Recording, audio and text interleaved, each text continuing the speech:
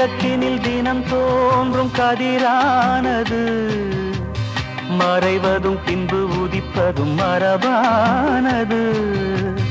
கடல்களில் உருவாகும் அலையானது விழுவதும் பின்பு எழுவதும் இயல்பானது.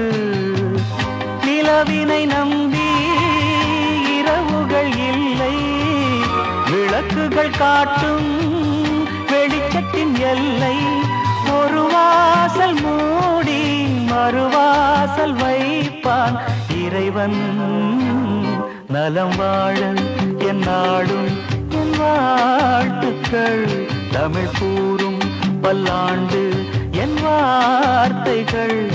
இளவேனில் உன் வாசல் வந்தாடும், இளந்தென்றல் உன் மீது பண்பா